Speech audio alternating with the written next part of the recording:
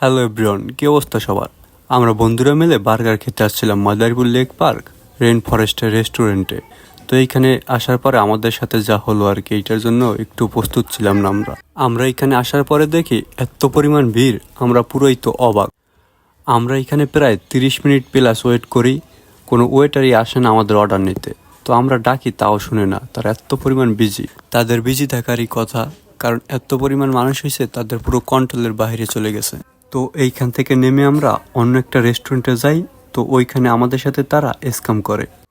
তো আমরা চলে আসলাম টেস্টি ফরিবার রেস্টুরেন্টে, আর এইটার স্থান মাদারীপুর লেক পার্কের লেকে হাত মুখ ধোয়ার জন্য সিঁড়ি রয়েছে, আর এই সিঁড়ির সামনেই এই রেস্টুরেন্টের অবস্থান। তো এইখানে আমরা চিকেন চিজ দিয়ে 5 পিস বার্গার অর্ডার করি। তারা অনেক সময় লেট করে আমাদের বার্গার সার্ভ করে। তো এইখানে তারা আমাদের সাথে কিভাবে স্ক্যাম করে, তো এটা দেখাচ্ছি, একটু ধৈর্য ধরুন। তো এইখানে আমাদের বার্গারের অর্ডার ছিল চিকেন এবং চিজ দিয়ে। তো চিজ তো দূরের কথা, চিকেনের কোনো কারণই নেই ভিতরে। তো তারা করেন কি, শুধু সালাদ এবং মিউনিসটা মাখিয়ে আমাদের বার্গার সার্ভ করে দেয়।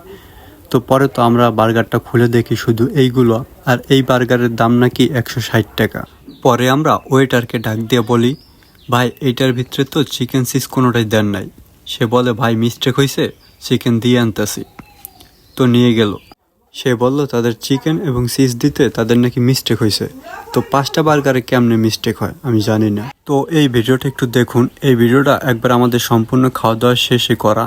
আমি যখন ভিডিওটা করতেছিলাম, এই ক্যাশ ম্যানেজার এবং একজন মেয়ে ওয়ার্কার ছিল, তারা দুজনেই আমার দিকে অনেক সময় তাকিয়ে আছে, আর আমি ভিডিও করতেছি। তারা ভাবতেছে তাদের প্রতারণা হয়তো আমি ফাঁস করে দিব। যাই হোক, পরে আবার চিকেন দিয়ে আমাদের নতুন করে সার্ভ করছেন। তো চিকেন একবারে সীমিত দিছে নাই বললেই চলে। প্রতারণার একটা লিমিট থাকে।